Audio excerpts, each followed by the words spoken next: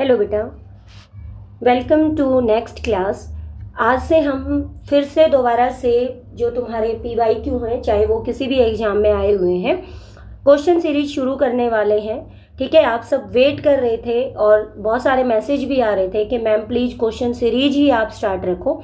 तो question series अब daily आएगी, बिल्कुल डेली आएगी क्वेश्चन सीरीज। कोई भी अगर प्रॉब्लम हो जाती है तो बेशक से, अदरवाइज तुम्हारी क्वेश्चन जो सीरीज है वो डेली आया करेगी। अब मैक्सिमम 50-60 क्वेश्चन, 100 भी हो सकते हैं। जैसे आज की जो सीरीज है इसमें 100 क्वेश्चन है, और आज की जो ये सीरीज है तुम्हारी, ये सेल बायोलॉजी वाली यूनिट की सीरीज है। तो बिना टाइम वेस्ट किए हम जल्दी से शुरू करते हैं हमारी सेल बायोलॉजी वाली यूनिट की revision, which is a fat soluble vitamin. इनमें से फैट सॉल्युबल विटामिन कौन सा होता है? फैट सॉल्युबल कौन सा होता है इसमें से? Vitamin A. कौन सा होता है? Vitamin A. अब यहाँ पे देखो कौन कौन से होते हैं फैट सॉल्युबल विटामिन? ए, डी और ई के। कौन कौन से होते हैं? विटामिन ए, डी और ई के। ए, डी और ई और के, ये सारे क्या होते हैं? फैट सॉल्युबल विटामिन होते हैं। उसके बाद जो वाटर सॉल्युबल है, वाटर सॉल्युबल कौन से होते हैं? वाटर सॉल्युबल होते हैं इसके अंदर बी। कौन सा आ जाएगा? बी आ जाएगा। और क्या आ जाएगा? सी। उसके बाद है अगला क्वेश्चन, देखो, a vitamin which play a vital role in the coagulation property of blood. Blood coagulation में कौन सा जो विटामिन है वो इंपॉर्टेंट रोल प्ले करता है? तो ब्लड कोगुलेशन में कौन सा विटामिन इंपॉर्टेंट रोल प्ले करता है? विटामिन के। विटामिन के सबसे इंपॉर्टेंट रोल प्ले करता है, और इसको हम किसके अंदर काउंट करते हैं? इसको काउंट करते हैं हम ब्लड कोगुलेशन फैक्टर के अंदर भी। किस में काउंट किया जाता है इसको काउंट भी किया जाता है किसके अंदर? Blood coagulation factor. ठीक है, किसके अंदर काउंट होता है? ये ब्लड कोगुलेशन फैक्टर के अंदर भी ये काउंट होता है। उसके बाद है नेक्स्ट क्वेश्चन, देखो, which one is a test for protein. इनमें से प्रोटीन के लिए कौन सा टेस्ट किया जाता है? प्रोटीन के लिए जो टेस्ट किया जाता है वो कौन सा होता है? बाईयूरेट टेस्ट होता है। बाईयूरेट टेस्ट के अंदर क्या होता है कि इसके अंदर जो कॉपर आयन है वो किसके साथ ऐड हो जाता है? पेप्टाइड बॉन्ड के साथ क्या हो जाता है? ऐड हो जाता है, और फिर ये क्या देता है? पॉजिटिव रिजल्ट देता है। बेनेडिक्ट टेस्ट तुम्हें पता है किसके लिए होता है? बेनेडिक्ट टेस्ट होता है किसके लिए? शुगर के लिए। रिड्यूसिंग है या नॉन रिड्यूसिंग है, ये देखने के लिए कौन सा टेस्ट होता है? शुगर के लिए कौन सा होता है? Benedict test. उसके बाद है अगला क्वेश्चन, देखो, अगला क्वेश्चन क्या है? Which of the following is the sweetest sugar. इनमें से सबसे स्वीटेस्ट शुगर कौन सी होती है? फ्रक्टोज होती है। सबसे स्वीटेस्ट शुगर पहले नंबर पे कौन होती है? फर्स्ट नंबर पर जो आती है वो फ्रक्टोज होती है। दूसरे नंबर पर जो आती है वो कौन सी होती है? जो स्वीटेस्ट होती है वो होती है शुक्रोज। जो सेकंड नंबर पर आती है वो शुक्रोज होती है। उसके बाद है जो थर्ड नंबर पर आती है वो क्या आती है? ग्लूकोज। और फोर्थ नंबर पर क्या आती है? माल्टोज। उसके बाद है which one of the following gives positive Fehling solution test. इनमें से पॉजिटिव फैलिंग सॉल्यूशन टेस्ट कौन देगा? कौन देगी? ग्लूकोज। इसने पूछा है पॉजिटिव, ध्यान से देखना क्वेश्चन को। अगर नेगेटिव की बात करता तो कौन आ जाता? शुक्रोज। क्योंकि जो शुक्रोज है वो क्या होती है? यहाँ पे एक टाइप की क्या होती है? नॉन रिड्यूसिंग शुगर होती है। क्या होती है? नॉन रिड्यूसिंग शुगर होती है। और दूसरी साइड जो ग्लूकोज है वो क्या होती है? It's a reducing sugar. ये क्या होती है? रिड्यूसिंग शुगर होती है। तो इसमें से पॉजिटिव कौन देगा? ग्लूकोज देगा। और नेगेटिव कौन देगा? ग्लूकोज। सॉरी, नेगेटिव कौन देगा? शुक्रोज। तो शुक्रोज, ये क्वेश्चन आया भी हुआ है कि नॉन रिड्यूसिंग शुगर कौन सी होती है? शुक्रोज होती है। नेक्स्ट है maltose is composed in which form. Maltose किस फॉर्म में कंपोज्ड होता है? तो माल्टोज यहाँ पे क्या होता है? ग्लूकोज प्लस गैलेक्टोज क्या होता है? Glucose plus glucose plus galactose क्या होता है? ये बनाता है लैक्टोज। ग्लूकोज प्लस फ्रक्टोज होगा, या क्या होगा? Glucose plus glucose. क्या हो जाएगा? Glucose plus glucose. Maltose is the unit of glucose plus glucose. उसके बाद है अगला question, find out the correct function of the coenzyme. Coenzyme का करेक्ट फंक्शन क्या होता है in association with apoenzyme and make it effective. बिल्कुल यही बात क्या है, सही है कि क्या होते हैं जो कोएंजाइम है वो किसके साथ जुड़ते हैं, एपोएंजाइम के साथ जुड़ते हैं और एपोएंजाइम को क्या बना देते हैं, इफेक्टिव बना देते हैं। एपोएंजाइम यहाँ पे कौन सा पार्ट होता है, एपोएंजाइम यहाँ पे प्रोटीनियस पार्ट होता है। ठीक है, एपोएंजाइम यहाँ पे क्या होता है, प्रोटीन पार्ट होता है और कोएंजाइम यहाँ पे क्या होता है, नॉन प्रोटीनियस पार्ट होता है। तो यहाँ पे है ना एक क्वेश्चन आया भी हुआ है तुम्हारा कि ये किसकी फॉर्मेशन करते हैं। अगर हम बात करेंगे होलो एंजाइम, तो जो होलो एंजाइम है वो कैसे बनता है, होलो एंजाइम क्या हो जाएगा, एपोएंजाइम, एपोएंजाइम प्लस में क्या हो जाएगा, कोएंजाइम, ये दोनों मिलके क्या बनाते हैं, होलो एंजाइम बनाते हैं। एपोएंजाइम प्रोटीन पार्ट और कोएंजाइम क्या हो जाएगा, non proteinous part. Enzymes are the polymer of, enzyme किसके पॉलीमर होते हैं, enzyme are the polymer of, ये ऐसे थोड़ा सा बड़ा हो जाता है, ऐसे ही ठीक है। Enzyme are the polymer of, enzyme किसके पॉलीमर होते हैं, एंजाइम पॉलीमर होते हैं अमाइनो एसिड के, क्योंकि मोस्ट ऑफ जो एंजाइम्स हैं उनका नेचर कैसा होता है, किस नेचर के होते हैं, प्रोटीन नेचर के होते हैं। तो अगर प्रोटीन नेचर के हैं तो प्रोटीन में क्या है, protein is the polymer of amino acids. तो सिंपल सी बात हो गई कि enzymes are the polymer of amino acid. कौन सा एंजाइम है जो, कमेंट सेक्शन में बताओगे मेरे को, कई बार ये क्वेश्चन करवा चुकी हूँ, कौन सा एंजाइम है जो नॉन प्रोटीनियस नेचर का होता है, क्वेश्चन को याद रखना।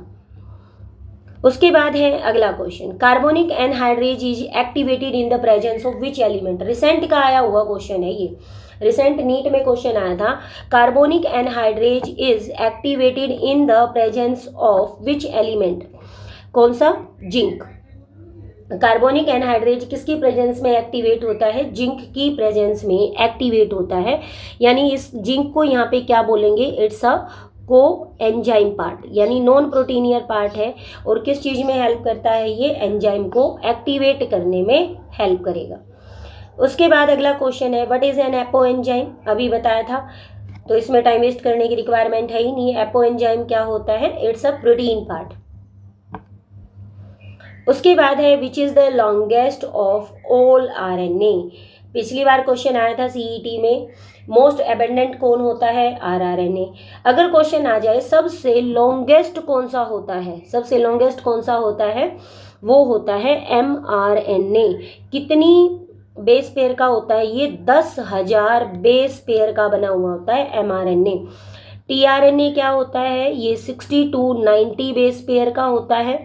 आरआरएनए क्या होता है, ये कितने से लेके 200 से लेके कितने तक हो सकता है, 400 बेस पेयर तक या 4000 बेस पेयर तक हो सकता है। ठीक है, तो अंदाजा लगा लो, सबसे लॉन्गेस्ट एमआरएनए, फिर आरआरएनए और फिर टीआरएनए। और मोस्ट एबेंडेंट जो तुम्हारा सीईटी 2025 का क्वेश्चन है, जो आरआरएनए है ये क्या होता है, मोस्ट एबेंडेंट होता है। क्या होता है, मोस्ट एबेंडेंट आरएनए। उसके बाद है glycogen is stored in, glycogen कहाँ स्टोर्ड होती है, ग्लाइकोजन स्टोर्ड होती है हमारे लीवर में और मसल्स के अंदर। और एक जो और ग्लाइकोजन को बनाने का काम ही कौन करता है, ग्लाइकोजन बनाने का काम करता है लीवर। कितना, अगर एक ग्लाइकोजन की हम बात करेंगे तो एक ग्लाइकोजन कितनी यूनिट से, 30,000 ग्लूकोज की यूनिट से मिलकर बनता है। और लीवर क्या काम करता है कि जब सेलुलर अपटेक कम हो जाता है ग्लूकोज का, तो इसको क्या करने का काम करता है, इसको दोबारा से ग्लाइकोजन को ग्लूकोज में तोड़ने का काम कौन करेगा, लीवर करेगा। और मसल्स के अंदर भी ग्लाइकोजन की फॉर्म में स्टोर होता है। अगला क्वेश्चन है, न्यूक्लिक एसिड वर discovered bye whom, nucleic acid को डिस्कवर करने वाले कौन से साइंटिस्ट थे, कौन से साइंटिस्ट थे, फ्रेडरिक मिशर थे। इन्होंने किससे किया था, पस सेल से डिस्कवर्ड किया था और इसका जो नाम रखा था वो क्या रखा था, न्यूक्लिन। अभी 3-4 दिन के अंदर वन शॉट में ये क्वेश्चन करवाया है। उसके बाद विल्किन ने क्या दिया था, फ्रैंकलिन विल्किन ने क्या दिया था, एक्सरे क्रिस्टलोग्राफी से डीएनए की स्ट्रक्चर के बारे में बताया था। डाईपेप्टाइड मीन्स, डाईपेप्टाइड का मतलब क्या होता है, 2 similar amino acid attach by a peptide bond. To dissimilar amino acid, कोई श्योर थोड़ी ना है कि दो सिमिलर जुड़ेंगे या दो डिसिमिलर जुड़ेंगे। क्या होगा इसका answer? Two similar and dissimilar amino acid attach by a peptide bond. भाई मेरा जो क्वेश्चन सिलेक्शन होता है ना, वो क्वेश्चन सिलेक्शन ऐसा होता है, ऐसा नहीं है कि कहीं से भी उठा के इजी इजी क्वेश्चन मैं तुम्हें दे देती हूँ, नहीं। मैंने देखा है बहुत सारे प्लेटफॉर्म पर ऐसा होता है कि इजी इजी क्वेश्चंस की सीरीज लेके आते हैं, जिससे क्या होता है तुम्हारा कॉन्फिडेंस एनहेंस हो जाता है कि हमारी बहुत अच्छे लेवल की तैयारी है। लेकिन ये मिसगाइड करने वाला काम है कि तुम्हारी बहुत अच्छे लेवल की तैयारी, उन इजी क्वेश्चंस को देख के तुम कॉन्फिडेंट हो जाते हो, लेकिन फिर जब तुम्हारे सामने एग्जाम आता है तो वहाँ पे गड़बड़ हो जाती है। तो बेटा कोई भी क्वेश्चन ऐसा नहीं मिलेगा जो किसी एग्जाम में ना आया हुआ हो।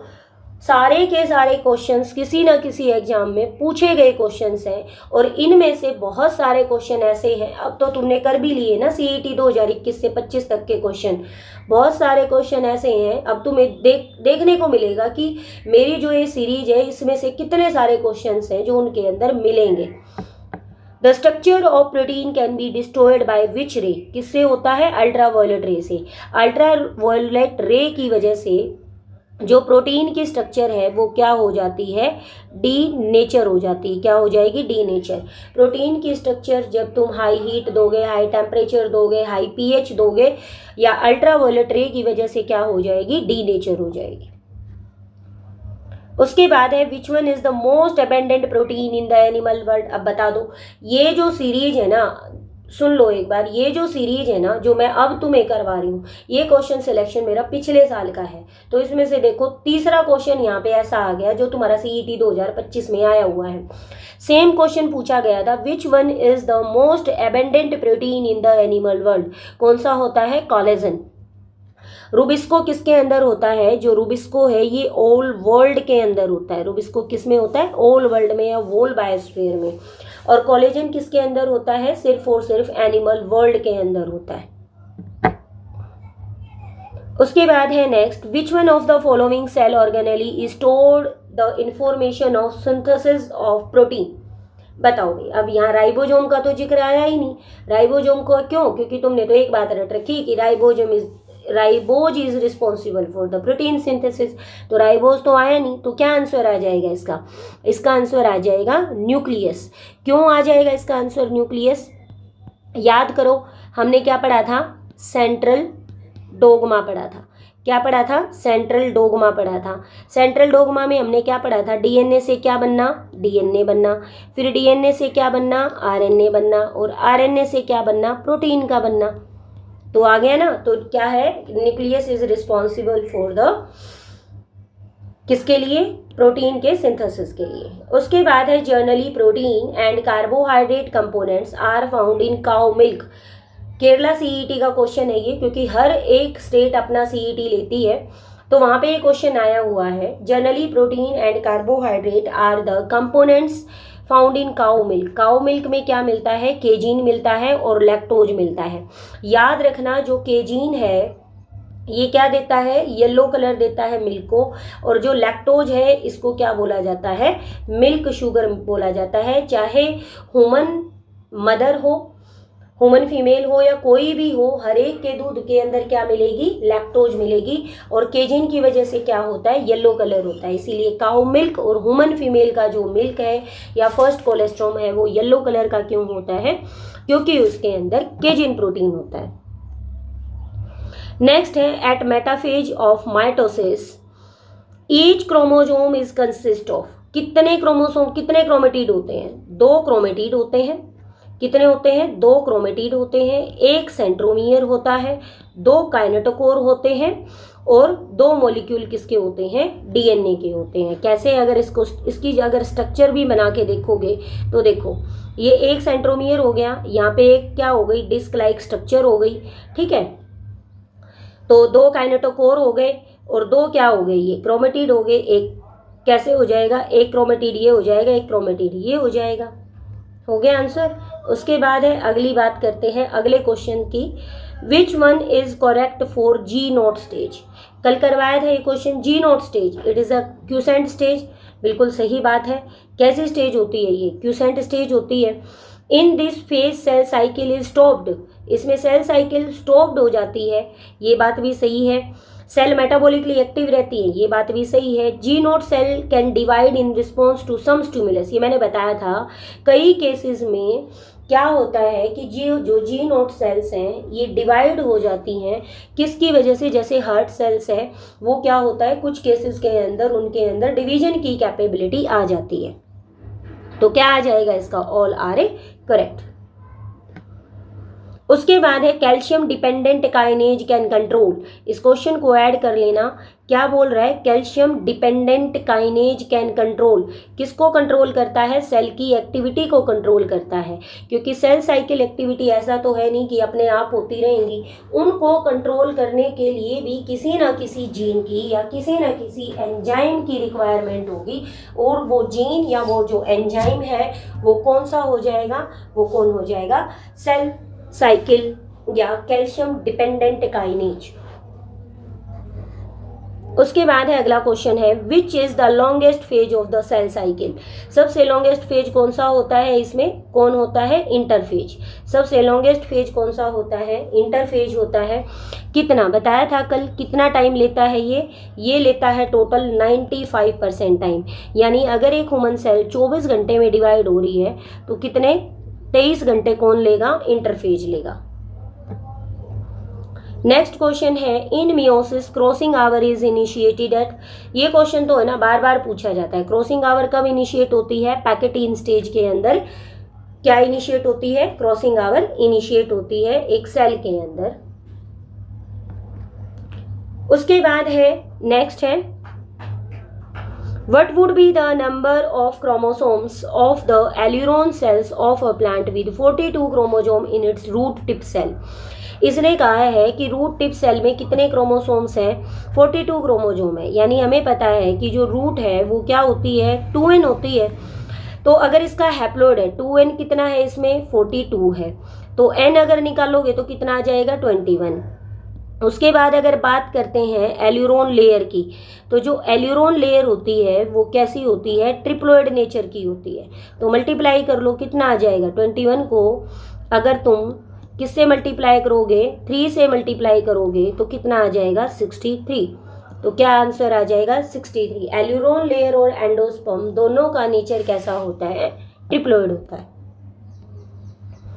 Bacterium divide every 35 minutes. If a culture containing 10 to the power 5 cell per ml is grown for 175 minutes, what would be the cell concentration per ml after 175 minutes? देखो ये एक ऐसा क्वेश्चन है जो मैंने है ना मेनली हर एग्जाम के अंदर देख लिया। ये क्वेश्चन नीट में भी आया हुआ है, ये क्वेश्चन एक MPPMT का टेस्ट था उसमें भी आया हुआ है, ये जो क्वेश्चन है ये RPMT होता था उसमें भी है, और ये जो क्वेश्चन है ये HTET में भी आया हुआ है। अब इसमें है ना ये टाइम को चेंज कर देते हैं, तो इसके लिए मैं आज तुम्हें ना एक फॉर्मूला बता रही हूँ, उसी फॉर्मूले से इसको करना। सबसे पहले देखो इसके अंदर क्या करोगे तुम, टोटल टाइम इसने कितना दे रखा है? अगर बात करते हैं हम टोटल टाइम कितना दे रखा है? 175 मिनट, और डिवीजन कितने टाइम पीरियड में कर रही है? 35 मिनट में। तो यहाँ पे जब n निकालेंगे तो n का क्या फॉर्मूला होता है? टोटल टाइम बाय में उसका जो डिवीजन रेट है, डिवीजन रेट कितना कर रही है? 35 मिनट्स में, यानी क्या आ गया? 5 आ गया। 175 मिनट के अंदर वो 5 बार डिवाइड कर चुकी है। अगर इसी को मैं ये दे दूं कि एक ई कोलाई की सेल है, वो क्या कर रही है? 20 मिनट में डिवाइड होती है और टोटल टाइम 180 मिनट है, तो 20 को अगर उससे करोगे तो इसका मतलब क्या आ गया? 9 जनरेशन आ गई। तो क्या आ जाएगा? n = 5 आ जाएगा। अब ग्रोथ का फॉर्मूला क्या होता है? अगर ग्रोथ रेट तुम्हें निकालनी है तो ग्रोथ रेट का फॉर्मूला क्या होता है? NT = n0 ×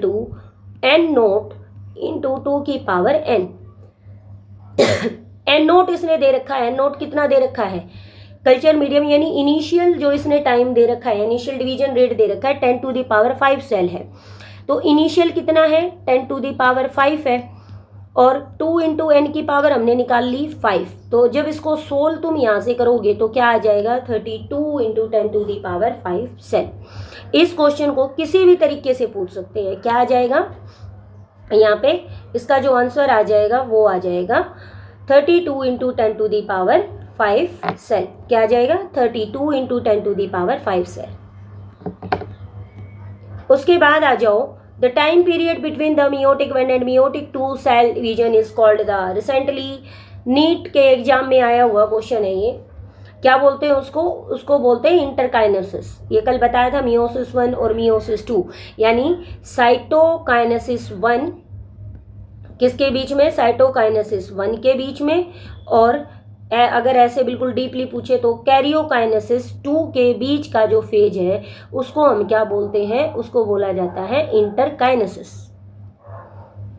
during cell cycle DNA replication take place in, अब ये सीईटी का ही क्वेश्चन है, देख लो, ये भी क्वेश्चन सीईटी 2025 में आया हुआ क्वेश्चन है, एज इट इज सीईटी 2025 का क्वेश्चन है ये।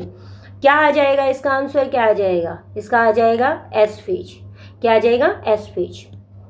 सेंट्रियोल की डुप्लीकेशन कब होती है, डीएनए की डुप्लीकेशन कब होती है, हिस्टोन प्रोटीन एस फेज में 3 होते हैं। एक तो क्या होता है इसके अंदर, कौन डिवाइड करता है इसमें, डीएनए डिवाइड करता है, एक तो क्या करता है डीएनए डिवाइड करता है, दूसरा इसमें कौन डिवाइड करता है, सेंट्रियोल डिवाइड करता है, एक इसके अंदर क्या करता है, हिस्टोन प्रोटीन डिवाइड करता है।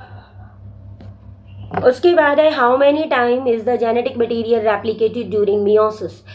जेनेटिक मटेरियल ये भी कल मैंने है ना एक वो बना के स्टार सा बना के तब बताया था कि किसी भी सेल के अंदर जो मियोसिस है उसके अंदर जो जेनेटिक मटेरियल जो डिवाइड करता है 1 round of replication and 2 round of division, क्या आ जाएगा वंस। तो क्या आ जाएगा इसका आंसर वंस। क्या लिखवाया था मैंने यहाँ पे, तुम्हें बताया था कि जो मियोसिस है, मियोसिस के अंदर क्या होता है, मियोसिस के अंदर होता है 1 round of replication, 1 round of replication, यानी डीएनए एक बार डिवाइड करेगा, एंड 2 राउंड ऑफ डिवीजन, क्या हो जाएगा 2 राउंड ऑफ डिवीजन। ठीक है, उसके बाद करते हैं अगला question. Spindle fibres are composed of, ये भी लाइन कल की वीडियो में देख लेना, लास्ट लाइन लिखी हुई थी कि जो स्पिंडल फाइबर वो किससे बने हुए होते हैं, प्रोटीन से। और प्रोटीन भी बताया था, कौन सा प्रोटीन होता है, ट्यूबुलिन प्रोटीन होता है। कौन सा प्रोटीन होता है, tubulin protein. Mitosis can occur in, mitosis किसके अंदर होती है, माइटोसिस हैप्लॉइड और डिप्लॉइड सेल बोथ किसके अंदर होती है, दोनों के अंदर होती है। हैप्लॉइड किसके अंदर होती है, हैप्लॉइड में बताया था तुम्हें एग्जाम्पल, जो ड्रोन है, जो ड्रोन है वो किसका एग्जाम्पल होता है, ड्रोन किसका एग्जाम्पल होता है, हैप्लॉइड सेल में माइटोसिस का, और डिप्लॉइड सेल के तो मोस्टली होते ही हैं। तो क्या आ जाएगा haploid and diploid both. Which of the following cell can complete 1 cycle in 1 cell cycle in 90 minutes, इनमें से कौन सी सेल है जो कंप्लीट करती है अपनी एक सेल साइकिल को 90 मिनट के अंदर। तो 90 मिनट के अंदर कौन करती है, यीस्ट सेल। एनिमल सेल जैसे ह्यूमन की 24 आवर में करती है, यीस्ट सेल आ जाएगा। The minimum number of meiotic division required to obtain 100 pollen grain for wheat. तो पोलन ग्रेन निकालने का या माइक्रोस्पोर मदर सेल निकालने का फॉर्मूला क्या होता है, या मियोटिक डिवीजन निकालने का फॉर्मूला, सॉरी मियोटिक डिवीजन निकालने का जो फॉर्मूला होता है वो क्या होता है, n/4। तो सिंपल सी बात है, n/4 यानी 100 पोलन ग्रेन है, 4 कर दो कितनी आ जाएगी 25, सिंपल सा है। क्या आ जाएगा 25 आ जाएगा। उसके बाद अगला क्वेश्चन आ जाओ, at which stage homologous chromosome separate due to repulsion but are they held by chiasmata. कौन सी स्टेज होती है कि होमोलोगस क्रोमोजोम एक दूसरे से सेपरेट आउट तो हो जाते हैं but they are held by चियाज़मेटा।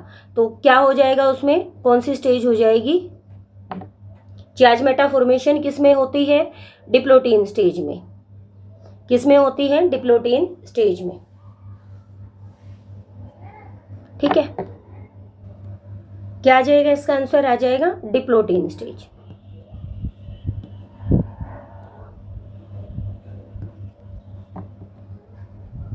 उसके बाद है अगला क्वेश्चन, देखो, विच is the longest phase of the meiotic division. सबसे लॉन्गेस्ट फेज मियोटिक डिवीजन का कौन सा होता है? वो होता है प्रोफेज 1, जिसके अंदर क्या होते हैं टोटल अगर हम बात करेंगे तो क्या होते हैं यहाँ पे 5 सब फेजिज होते हैं। क्या होते हैं? 5 सब फेजिज होते हैं। ठीक है, कौन कौन से होते हैं? लैप्टोटीन, जाइगोटीन, पैकेटीन, कौन सा हो जाएगा? पैकेटीन, डिप्लोटीन, क्या हो जाएगा? डिप्लोटीन और डाइकाइनेसिस। लैप्टोटीन, जाइगोटीन, पैकेटीन, डिप्लोटीन और diakinesis, 5। Chromosomes can be counted during. तुम क्रोमोसोम को कब काउंट कर सकते हो? तो क्रोमोसोम को काउंट कर सकते हो मेटाफेज स्टेज में। कौन सी स्टेज में काउंट कर सकते हो? मेटाफेज स्टेज में। क्या बताई थी? सबसे बेस्ट स्टेज होती है ये, एम से बताया था, याद रखना। क्या स्टडी करने की? Morphology of chromosomes. किसको स्टडी करने की बेस्ट स्टेज होती है? मॉर्फोलॉजी ऑफ क्रोमोसोम्स को स्टडी करने की सबसे बेस्ट स्टेज होती है। तो इसका आंसर आ जाएगा metaphase stage. The sequence in the cell cycle is. Cell cycle का सीक्वेंस क्या होता है? G1, S, G2 और M। ठीक है, क्या आ जाएगा? G1, S, G2 और M, ये आ जाएगा। उसके बाद है अगला, the type of leucoplast which store oils and fat is. तो क्या आ जाएगा? ऑयल और फैट को कौन स्टोर कर सकता है? इलायोप्लास्ट। कौन स्टोर कर सकता है इसको? इलायोप्लास्ट। एमाइलोप्लास्ट, एमाइलोपेक्टिन किसके अंदर आता है? स्टार्च के अंदर। तो ये किसको स्टोर करेगा? ये करेगा स्टार्च को स्टोर। एल्यूरोन लेयर किसकी बनी हुई होती है? प्रोटीन की। तो ये किसको स्टोर करेगा? प्रोटीन को। क्रोमोप्लास्ट क्या होते हैं? ये होते हैं कलर गिविंग। क्रोमोप्लास्ट क्या होते हैं? ये होते हैं कलर गिविंग। इलायोप्लास्ट किसको स्टोर करते हैं? ऑयल को। Hydrolytic enzymes are activate. अभी ये भी रिसेंट का आया हुआ क्वेश्चन है। हाइड्रोलिटिक एंजाइम कब एक्टिवेट होते हैं? कौन सी पीएच पर? एसिडिक पीएच पर हाइड्रोलिटिक एंजाइम्स क्या हो जाते हैं? एक्टिव हो जाते हैं। किस पर? एसिडिक पीएच पर। कितनी पीएच होती है? और लाइसोजाइम के अंदर है, लाइसोजाइम है, ये क्या बना दिया? लाइसोजाइम। तो लाइसोजाइम के अंदर क्या होगा? यहाँ पे कंसंट्रेशन ग्रेडियंट होता है H+ का। तो कितनी पीएच पर? 4.5 पीएच पर ये एक्टिव होते हैं। The membrane of vacuole is called the. क्या है ये? मेम्ब्रेन ऑफ वैक्यूल को क्या बोलते हैं? टोनोप्लास्ट। क्या बोला जाता है? टोनोप्लास्ट। इजी सा क्वेश्चन है। नेक्स्ट है, the first living cell was describe by. First living cell को किसने डिस्क्राइब किया था? ल्यूविनहॉक ने। एल से याद रखना, लिविंग। रॉबर्ट ब्राउन ने क्या किया था? न्यूक्लियस को। रॉबर्ट ब्राउन ने क्या किया था? न्यूक्लियस को डिस्क्राइब किया था। और रॉबर्ट हुक ने क्या किया था? रॉबर्ट ब्राउन ने किसको किया था? न्यूक्लियस को किया था। और रॉबर्ट हुक ने क्या किया था? डेड सेल के अंदर डिस्कवर्ड किया था। उसके बाद है next, which of the following structure is an organelle within organelle. बताओ भाई, इनमें से कौन सी स्ट्रक्चर है जिसमें organelle within organelle present होती है? एक ऑर्गेनेली के अंदर दूसरी ऑर्गेनेली प्रेजेंट होती है। क्या आ जाएगा इसका आंसर? इसका आंसर आ जाएगा राइबोसोम। राइबोसोम क्यों? क्योंकि ये क्या आ जाएगा इसका आंसर? राइबोसोम।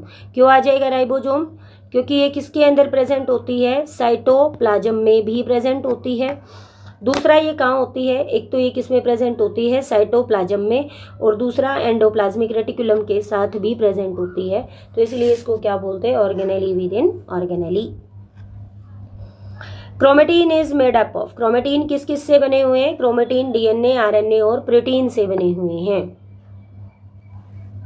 उसके बाद है chromosome carrying the centromere at one end of the end is called the, बिल्कुल एक एंड पर सेंट्रोमियर है तो उसको क्या बोलते हैं, उसको बोला जाता है टीलोसेंट्रिक। सब मेटासेंट्रिक किसको बोलते हैं, slightly away from the centromere, यानी एक आर्म छोटी है और एक आर्म क्या होती है इसकी बड़ी होती है, छोटी को पी बोलते हैं, बड़ी को क्यू बोलते हैं। एसेंट्रिक, इसमें सेंट्रोमियर होता ही नहीं है।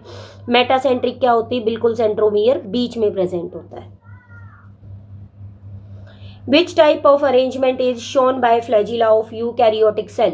यूकैरियोटिक सेल के अंदर जो फ्लैजिला है उसकी अरेंजमेंट क्या होती है, CET 1992 क्या होती है, 9+2 अरेंजमेंट होती है। कौन सी अरेंजमेंट होती है, 9+2। और ये तो वैसे भी पूछा गया क्वेश्चन है कि जो फ्लैजिला है वो किसका बना हुआ होता है, 9+2। और ये 9 क्या है किसी को ना पता हो तो 9 यहाँ पे क्या होते हैं, माइक्रोट्यूब्यूल्स होते हैं। तो 9 तो किस पे होते हैं, पेरिफ्री पे, और 2 किस में होते हैं, सेंटर के अंदर। और किस फॉर्म में होते हैं, ये डबलेट फॉर्म में होते हैं। वो proposed the fluid mosaic model, fluid mosaic model को प्रपोज करने वाले कौन थे, सिंगर एंड निकोलसन। कौन थे, सिंगर एंड निकोलसन। उन्होंने बताया था कि protein in the iceberg of lipid, protein in the iceberg of lipid. Where ETS occur, electron transport system है वो कहाँ होता है, इलेक्ट्रॉन ट्रांसपोर्ट सिस्टम कहाँ होता है, इनर मेम्ब्रेन ऑफ माइटोकॉन्ड्रिया। कहाँ होगा, inner membrane of mitochondria. Where ribosome synthesis take place in, ribosome का सिंथेसिस कहाँ होता है, न्यूक्लियोलस के अंदर। न्यूक्लियोलस को क्या बोला जाता है, राइबोसोम्स की फैक्ट्री भी किसको बोला जाता है, राइबोसोम को बोला जाएगा। उसके बाद है this organelle possesses 9+0 structure. 9+0 structure किसके अंदर होती है, सेंट्रियोल के अंदर। 9+0 अरेंजमेंट किस में होगी, सेंट्रियोल में। What is the function of SER, SER का क्या फंक्शन होता है, synthesis of steroid hormone. Protein, और ये किसका होता है, प्रोटीन तो किसका होगा, ये तो RER का फंक्शन होता है, रफ एंडोप्लाज्मिक रेटिकुलम का। स्टीरॉयड हार्मोन, दूसरा क्या आ जाएंगे, लिपिड, ये कौन सिंथेसाइज करता है, SER। In some bacteria the outer most layer is a loose sheath layer is called the slime layer. Slime मतलब स्लिमी सी है बेचारी, तो लूज बोल रहा है तो लूज के लिए क्या आ जाएगा इसमें, लूज शीथ लेयर को क्या बोला जाता है, स्लाइम लेयर बोला जाता है। और टफ को क्या बोला जाता है, टफ को क्या बोला जाएगा, कैप्सूल बोला जाएगा। ग्लाइकोकैलिक्स सबसे आउटर मोस्ट लेयर होती है। Select unicellular organism which possesses cilia, इनमें से वो कौन सा ऑर्गेनिज्म है जिसमें सीलिया प्रेजेंट होते हैं, वो होता है पैरामीशियम। पैरामीशियम से रिलेटेड टोटल अगर क्वेश्चन की बात करें तो 3 टाइप के क्वेश्चन यहाँ से मेनली पूछे जाते हैं। तो वो 3 टाइप के क्वेश्चन यहाँ पे कौन होते हैं, स्लीपर ऑर्गेनिज्म किसको बोला जाता है, ये क्वेश्चन यहाँ से पूछा जाता है। स्लीपर ऑर्गेनिज्म पैरामीशियम को बोला जाएगा क्योंकि इसकी स्लीपर जैसी, चप्पल जैसी शेप होती है। बाई न्यूक्लिएट कौन सा प्रोटोजोन होता है, तो वो भी पैरामीशियम ही होता है। Which organelle is not considered as a part of endomembranous system, इनमें से कौन सी सेल ऑर्गेनेली है जो एंडोमेम्ब्रेन सिस्टम का पार्ट नहीं है। मैंने इसके लिए जो तुम्हें ट्रिक बता रखी वो बता रखी, वो गर्ल, क्या बता रखी है, वो गर्ल। तो vacuole, Golgi body, endoplasmic reticulum, और एल से क्या आ जाएगा, लाइसोजोम। तो छाट लो, वैक्यूल भी है, एंडोप्लाज्मिक रेटिकुलम भी है, लाइसोजोम भी है, क्या आंसर आ जाएगा, क्लोरोप्लास्ट। एंडोमेम्ब्रेन सिस्टम का मतलब होता है कि जब ऑर्गेनेलीज एक दूसरे के साथ फंक्शनली कोऑर्डिनेट वे से काम करें। The cell wall of fungi is made up of which substance, इतना आसान क्वेश्चन है। फंगी की सेल वॉल किससे बनी हुई होती है, काइटिन से बनी हुई होती है। और ये मेरे को तुम कमेंट में दोगे, मैंने 2 क्वेश्चन पूछे हैं कमेंट सेक्शन में, दोनों का जवाब होना चाहिए भाई, मेरे को भी तो पता चले ना कि मेरे बच्चे कितना पढ़ते हैं। दूसरा क्वेश्चन है कि काइटिन किसका पॉलीमर है, ये तुम मेरे को लिख कर दोगे। Bacterial possesses small DNA other than the circular DNA which is called H। Bacteria के पास एक और DNA होता है, किसको, उसके जेनेटिक मटेरियल को छोड़ के, उसको क्या बोलते हैं, प्लाज्मिड। प्लाज्मिड क्या होता है, ये भी कैसा होता है, एक डबल स्टैंडर्ड DNA होता है, एक्स्ट्रा क्रोमोसोमल होता है, एक्स्ट्रा क्रोमोसोमल डीएनए होता है। इसके पास किसकी कैपेबिलिटी होती है? इसके पास कैपेबिलिटी होती है किसकी? सेल्फ रेप्लिकेशन की कैपेबिलिटी होती है।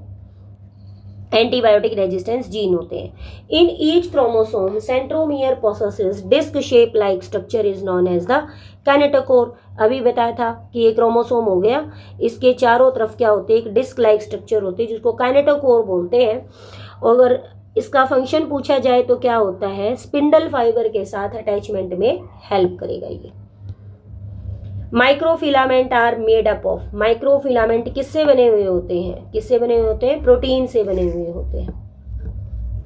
Microfilament are made up of protein.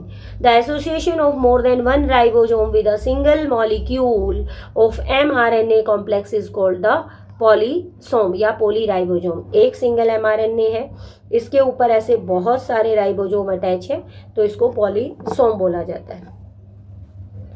Who proposed that new cell arise through cell division of pre-existing cell?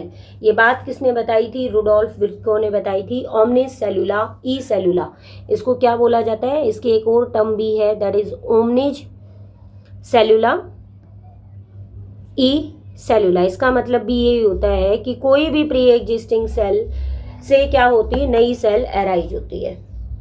उसके बाद है if a cell get reduce in size when placed in a solution the solution is. देखो कितनी बार आया हुआ question है। अगर किसी सेल का साइज रिड्यूस हो रहा है तो उसको किस में रखा गया है? हाइपरटोनिक में, क्योंकि हाइपोटोनिक में जो सेल है वो कैसी हो जाती है? स्वेल। अब इसके पीछे रीजन क्या होता है? क्योंकि जब भी किसी सॉल्यूशन में अगर हम रखते हैं तो क्या हो जाएगा? अगर वो क्या हो जाती है? श्रिंक हो जाती है ना, यही पूछा है। तो क्या हो जाएगी? श्रिंक किस में होती है? हाइपरटोनिक में। स्वेल किस में हो जाती है? हाइपोटोनिक में। An animal cell placed in pure water will. Pure water के अंदर कोई भी सेल क्या हो जाएगी? अगर रखेंगे तो स्वेल अप एंड ब्रस्ट हो जाएगी। इसी क्वेश्चन को एक एग्जाम में पूछा गया था कि अगर आरबीसी को प्योर वाटर के अंदर रख दिया जाए तो आरबीसी पर क्या इफेक्ट होगा? आरबीसी क्या हो जाएगी? स्वेल अप होके ब्रस्ट हो जाएगी। Organelle can be separated from cell homogenate through.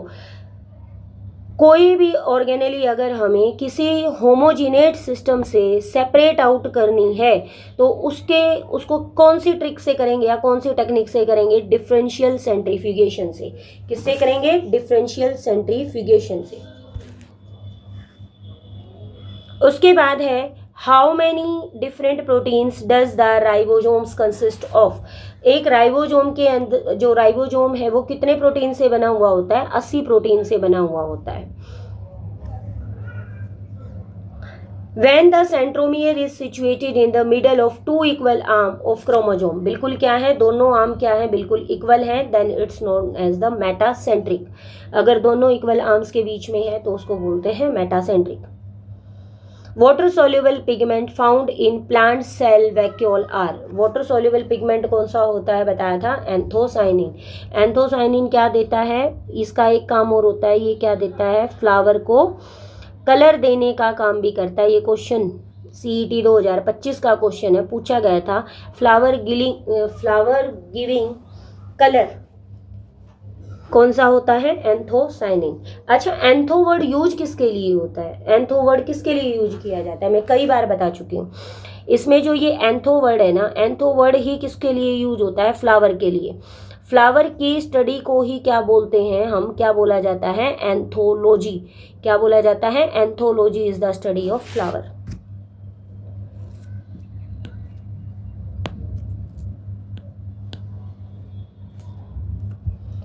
उसके बाद है which of the following are not membrane bounded. 6 से 7 क्वेश्चन आ गए CET 2025 के। ये क्वेश्चन भी आया हुआ था। Non membrane bounded cell organelle कौन सी होती है? वैक्यूल की तो होती है, टोनोप्लास्ट। राइबोसोम्स की भी होती, राइबोसोम की नहीं होती। मीजोसोम्स खुद एक प्लाज्मा मेम्ब्रेन की इनफोल्डिंग है। लाइसोसोम की भी मेम्ब्रेन होती, तो राइबोसोम की नहीं होती। इसके अंदर क्या आता है? 3 सेल ऑर्गेनेली आती है। राइबोसोम एक कौन सी आती है इसके अंदर? सेंट्रोसोम। याद रखना, एक कौन सी आती है? सेंट्रोसोम। भैया आज ये पेन नहीं चल रहा, पता नहीं क्या प्रॉब्लम हुई। और उसके बाद है कौन सी आती है, न्यूक्लियोलस, तो जो तुम्हें एक्स्ट्रा लगे उसको लिख लेना। ये क्वेश्चन है, ये क्वेश्चन भी तुम्हारा CET 2025 का क्वेश्चन है, ठीक है। ये क्वेश्चन भी आया हुआ क्वेश्चन है CET 2025 में, CET के एग्जाम में। तो टोटल मिला के देख लो 6-7 क्वेश्चन ऐसे हो गए जो तुम्हारे आए हुए हैं। उसके बाद अगला क्वेश्चन देखो, peptide synthesis inside a cell take place in, peptide synthesis inside a cell take place in, peptide कहाँ चलती है, राइबोसोम के अंदर चलती है, क्योंकि राइबोसोम क्या करता है, प्रोटीन सिंथेसिस में हेल्प करता है। तो ये क्या हो जाएगा, पेप्टाइड सिंथेसिस करेगा। उसके बाद है अगला क्वेश्चन है, middle lamella is composed mainly of, फटाफट आंसर दो इसका। Middle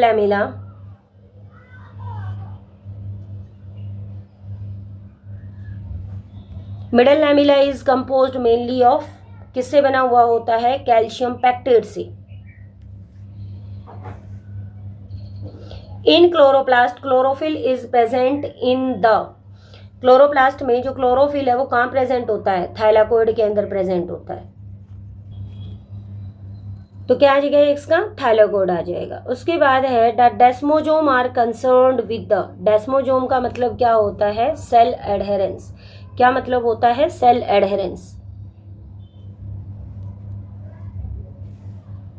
बाल्बिनी rings are the sites of, Balbiani ring किसकी साइट होती हैं, बाल्बिनी रिंग साइट होती हैं RNA एंड प्रोटीन सिंथेसिस। देख लो अगला क्वेश्चन, ये भी जो क्वेश्चन है तुम्हारा, ये भी क्वेश्चन तुम्हारा CET 2025 का क्वेश्चन है, बाल्बिनी रिंग्स। लेकिन क्वेश्चन को थोड़ा सा डिफरेंट वे से पूछा था।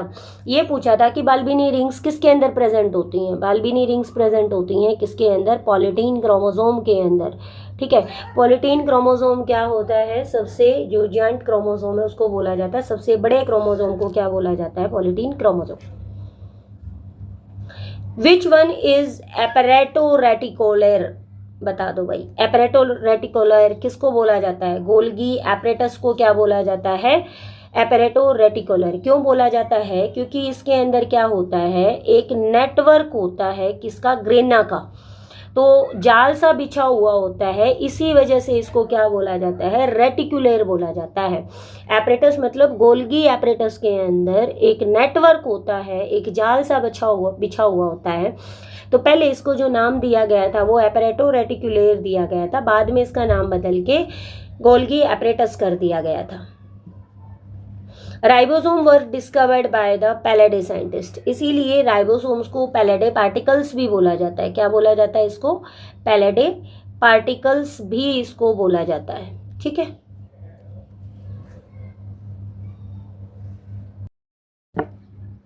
क्या आएगा इसका आंसर, आएगा पैलेडे पार्टिकल्स। उसके बाद अगला क्वेश्चन है, identify the basic amino acid from the following.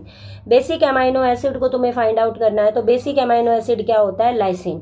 इसमें जो वेलाइन है ये कैसा होता है, न्यूट्रल एमाइनो एसिड होता है। ग्लूटामिक एसिड तुम्हें पता ही है कैसा होता है, एसिडिक नेचर का होगा। Essential amino acid is, essential amino acid कौन होता है इसमें, जो फिनाइल एलेनाइन है वो क्या होता है, असेंशियल अमाइनो एसिड होता है। बाकी ग्लाइसिन, सीरीन और एस्पेरेटिक एसिड ये क्या होते हैं, नॉन असेंशियल होते हैं। क्या होंगे, नॉन असेंशियल। नॉन असेंशियल का मतलब ये नहीं होता कि जरूरी नहीं है, नॉन असेंशियल का मतलब ये होता है कि हमारी बॉडी इनको खुद सिंथेसाइज कर लेती है, रिक्वायरमेंट नहीं होती बाहर से हमें डाइट से लेने की। तो टोटल अगर हम बात करें तो 8 असेंशियल होते हैं, 2 सेमी असेंशियल होते हैं और 10 कैसे होते हैं, नॉन असेंशियल होते हैं। Amino acid are mostly synthesised from, amino acid कहाँ से सिंथेसाइज होते हैं, अल्फा कीटोग्लूटारिक एसिड से। क्रेब साइकिल में जो 5 कार्बन प्रोडक्ट होता है अल्फा कीटोग्लूटारिक एसिड, ये एमाइनो एसिड डेरिवेटिव होता है, मतलब यहीं से मोस्टली क्या बनते हैं, एमाइनो एसिड की फॉर्मेशन होती है। Which of the following are not secondary metabolite in plant? इनमें से सेकेंडरी मेटाबोलाइट कौन नहीं है प्लांट के अंदर? रबड़ और गम तो है, मॉर्फिन कोडीन है, एमाइनो एसिड एंड ग्लूकोज क्या है? सेकेंडरी मेटाबोलाइट नहीं, ये क्या होते हैं? प्राइमरी मेटाबोलाइट्स होते हैं। What do you mean by primary metabolite? यानी जो हमारी मेटाबॉलिक एक्टिविटी पर प्राइमरी रोल प्ले करते हैं उनको क्या बोलते हैं? Primary metabolite. और जो असेंशियल तो हैं लेकिन जिनका यूज कमर्शियली किया जाता है या सेकेंडरी रोल प्ले करते हैं उनको बोलते हैं सेकेंडरी मेटाबोलाइट। उसके बाद है कॉन्कावेलिन ए इज। कॉन्कावेलिन ए का मतलब क्या होता है या कॉन्कावेलिन ए क्या है? कॉन्कावेलिन ए होता है एक लैक्टिन, ठीक है। और कॉन्कावेलिन ए क्या होता है? एक कार्बोहाइड्रेट बाइंडिंग प्रोटीन होता है। क्या होता है ये होता है एक कार्बोहाइड्रेट बाइंडिंग प्रोटीन, ठीक है। कार्बोहाइड्रेट बाइंडिंग प्रोटीन होता है और इसको कहाँ से एक्सट्रैक्ट किया जाता है? एक प्लांट होता है कॉन्कावेलिया, एक प्लांट होता है कॉन्कावेलिया, उस प्लांट से इसको एक्सट्रैक्ट किया जाता है। उसके बाद है cellulose is the major component of cell wall of. इस क्वेश्चन को तुम एलिमिनेट करके भी कर सकते हो। Cellulose is the major component of cell wall of. Pseudomonas क्या है यहाँ पे? स्यूडोमोनास क्या है यहाँ पे? एक बैक्टीरिया है।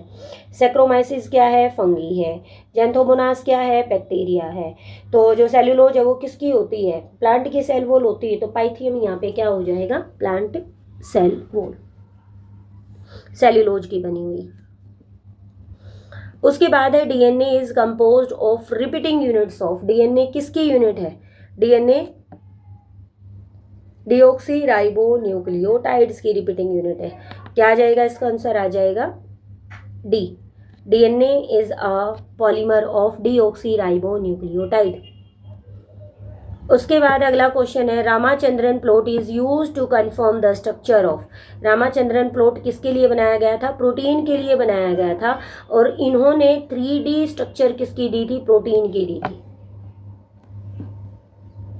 Malonate inhibit the growth of pathogenic bacteria by inhibiting the activity of succinate dehydrogenase. ये क्वेश्चन भी बहुत बार रिपीटेड क्वेश्चन है कि जो मेलोनेट है वो ग्रोथ ऑफ बैक्टीरिया को इनिबिट कर देता है। कैसे इनिबिट करता है? सक्सिनिक डिहाइड्रोजिनेज की एक्टिविटी को ब्लॉक करके। Non proteinaceous enzyme is. Non proteinaceous enzyme क्या होता है? इनमें से राइबोजाइम। ओहो, ये तो आंसर मैंने ही दे दिया भाई, ये तो गलत कहानी होगी। ये क्वेश्चन तो मैंने तुमसे पूछा था, तुम्हें देना था इसका आंसर। चलो कोई नहीं। उसके बाद है the catalytic efficiency of two different enzyme can be compared by the. दो एंजाइम की अगर कैटालिटिक एक्टिविटी को कंपेयर करना है तो किससे करोगे? उसकी Km वैल्यू से करोगे। चलो अगला क्वेश्चन ये आ जाएगा। और तुम है ना भाई कमेंट नहीं करते हो, मैं सच में बहुत डिसअपॉइंटेड हूँ तुमसे। अगर मैं क्वेश्चन पूछ रही हूँ ना तो बेटा कमेंट किया करो, इससे तुम्हें ही फायदा मिलेगा, ठीक है। कैटालिटिक एफिशिएंसी यानी दो एंजाइम की Km वैल्यू से हो गया। तुम मेरे को बताओगे व्हाट इज Km। Km की फुल फॉर्म मेरे को कमेंट में लिख के बताओगे Km की फुल फॉर्म क्या होती है, ठीक है। और एक साइंटिस्ट का नाम भी है ये।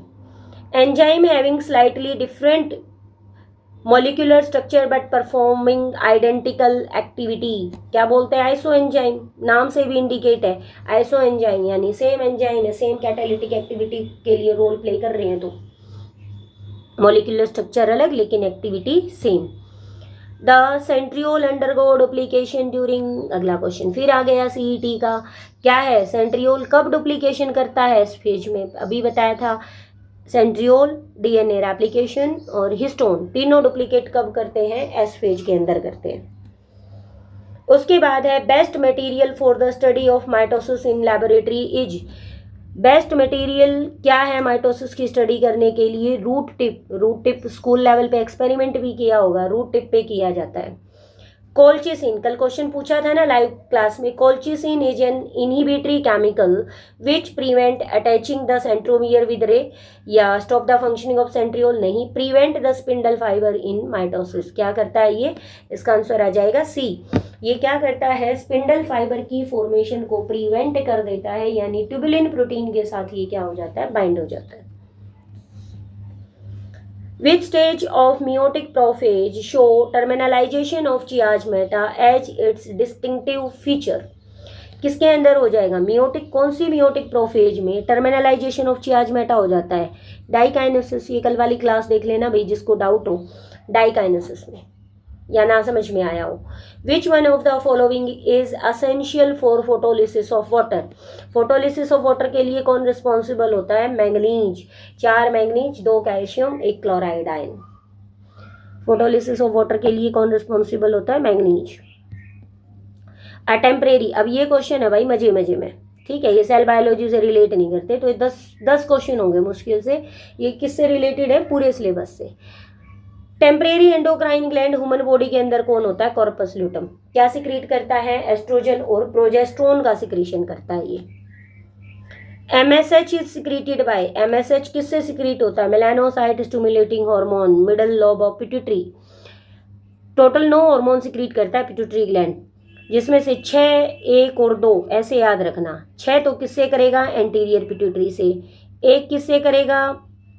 जो क्या होता है, मीडिया जो होता है। और 1 किससे, 2 किससे करेगा? पोस्टीरियर पिट्यूटरी से। ऐसे याद कर लेना। The function of oxytocin is to help. Oxytocin का क्या फंक्शन होता है? Child birth. बिल्कुल सही बात है। किस चीज़ में हेल्प करता है? चाइल्ड बर्थ में हेल्प करता है। ये पार्चुरेशन के टाइम रिलीज होता है, यूट्रस की मसल्स को कॉन्ट्रैक्ट करता है। Cholecystokinin and duocrine is secreted by the intestine. Cholecystokinin और डियोक्राइन कहाँ से सिक्रीट होते हैं? इंटेस्टाइन से। The contraction of gall bladder is due to the, gall bladder की कंट्रैक्शन किसकी वजह से होती है? कोलेकोसाइटोकाइनिन की वजह से होती है। मतलब गॉल ब्लैडर क्या करता है? बाइल जूस को अपने अंदर स्टोर करता है। तो जब उसके अंदर कंट्रैक्शन होगी तो वो पंप किसके अंदर करेगा? हेपेटोपेनक्रेटिक डक्ट के अंदर पंप करेगा। तो वो किस एंजाइम की हेल्प से करेगा? किस hormone? कोलेकोसाइटोकाइनिन।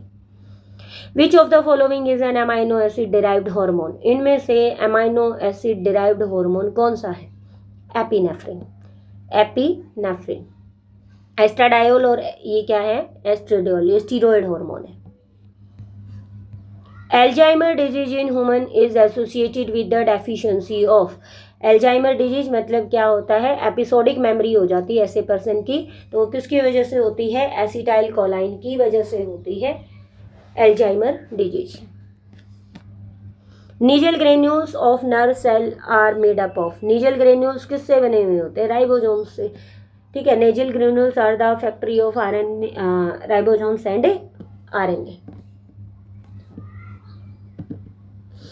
The number of floating ribs in human body is. Human body में कितनी फ्लोटिंग रिब्स होती हैं? 2 पेयर। कौन सी होती है? 11th और 12th। उसके बाद है a person is undergoing prolong fasting, his urine will be found to continue abnormal quantity of. अगर कोई लंबे टाइम से क्या है? फास्टिंग पे है, लंबे टाइम से खाना नहीं खा रहा है, तो उसके अंदर क्या नहीं होगा? उसके अंदर क्या मिलेगा? उसके यूरिन में कीटोन बॉडी मिलेंगी। बताया था अगर कोई लंबे टाइम से खाना नहीं खा रहा है तो उसकी बॉडी किसको? फैट को तोड़ना शुरू कर देगी। फैट टूटेगा तो क्या बनेगी? कीटोन बॉडी बनेगी। अगर इसी क्वेश्चन को मैं पूछूं विच ऑफ द फॉलोइंग, इसका कमेंट में तुम मेरे को आंसर दोगे। अगर किसी पर्सन के यूरिन में कीटोन बॉडी है तो वो कौन सी डिजीज से सफ़र कर रहा है? क्वेश्चन को दोबारा सुन लो। अगर किसी पेशेंट के यूरिन में कीटोन बॉडी है तो वो कौन सी डिजीज से सफ़र कर रहा है? इसका भी आंसर दोगे मेरे को। Which vertebrate organ receive only oxygenated blood? कौन सा ऑर्गन है? स्प्लिन। स्प्लिन क्या करता है? सिर्फ ऑक्सीजनेटेड ब्लड को ही क्या करता है? रिसीव करता है। Tricuspid wall is found in between. बताओ ट्राइकस्पिड वॉल, इसके लिए मैंने एक वो बता रखा है डायग्राम। ऐसे हार्ट का डायग्राम बनाओ। हार्ट का डायग्राम बना के यहाँ पे एक वॉल होती है, एक यहाँ पे होती है और एक यहाँ पे होती है।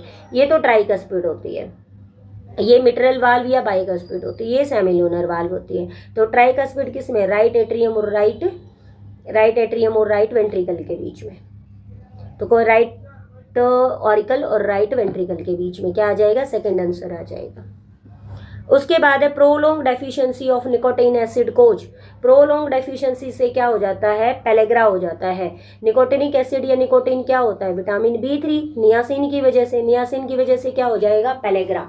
पेलेग्रा में इंसान सफ़र करता है किससे, 3D से। अब 3D का तुम मेरे को बताओगे 3D का मतलब क्या होता है, 3D स्ट्रक्चर नहीं, 3 डिजीज होती हैं जो D से स्टार्ट होती हैं। चलो बता देती हूँ, डायरिया, डिमेंशिया और डिजेंट्री। ट्रिक बता रखी है, turnup. In the stomach gastric acid is secreted by the, stomach में जो गैस्ट्रिक एसिड है वो कहाँ से सिक्रीट होता है, पैराइटल सेल से। पैराइटल सेल का ही दूसरा नाम क्या होता है, ऑक्सीनिटिक सेल होता है। क्या होगा, ऑक्सीनिटिक सेल। ब्रूनर ग्लैंड्स आकर इन, ब्रूनर ग्लैंड कहाँ होते हैं, सब म्यूकोसा ऑफ डिओडिनम। ये डिलीटेड से हैं सारे क्वेश्चन। सब म्यूकोसा ऑफ डिओडिनम में ब्रूनर ग्लैंड होते हैं। Flowering dependent in cold treatment is, ये क्वेश्चन शायद भाई जब इसको वो करें, क्रॉप करें तो मे भी हो सकता है ये ना दिखे, तो मैं क्वेश्चन को यहाँ पे लिख देती हूँ।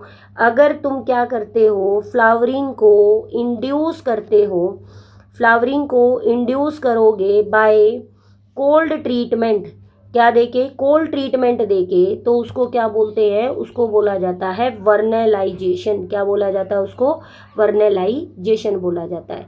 ठीक है, ये तुम्हारे जो क्वेश्चन थे ना, टोटल ये क्वेश्चन थे भाई तुम्हारे 105 क्वेश्चन थे।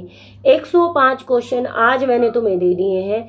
कल भी मोर देन 50 क्वेश्चन ही रहेंगे। कल फिर एक सीरीज करेंगे हम, हो सकता है वो सीरीज तुम्हारी हम प्लांट फिजियोलॉजी वाली सीरीज कर लेते हैं, ठीक है, या कोई भी यूनिट हम सिलेक्ट करेंगे। तो एक सेल बायोलॉजी की के क्वेश्चन मैं तुम्हें पहले दे चुकी हूँ। 105 क्वेश्चन में से मान लो 20 क्वेश्चन ये लास्ट के होंगे, तो मोर देन 80 क्वेश्चन मैंने तुम्हें आज प्रोवाइड कर दिए हैं। तो बस रिवीजन करते जाओ, अपनी तैयारी को बूस्टअप करते जाओ, लगे रहो बेटा। और जो भी बच्चा नया जुड़ता है या जो मेरे पुराने बच्चे हैं, तुम शेयर करते रहा करो, अपने फ्रेंड्स को बताते रहा करो क्वेश्चन सीरीज के बारे में। अब क्वेश्चन सीरीज डेली मिलेगी। थैंक यू बेटे।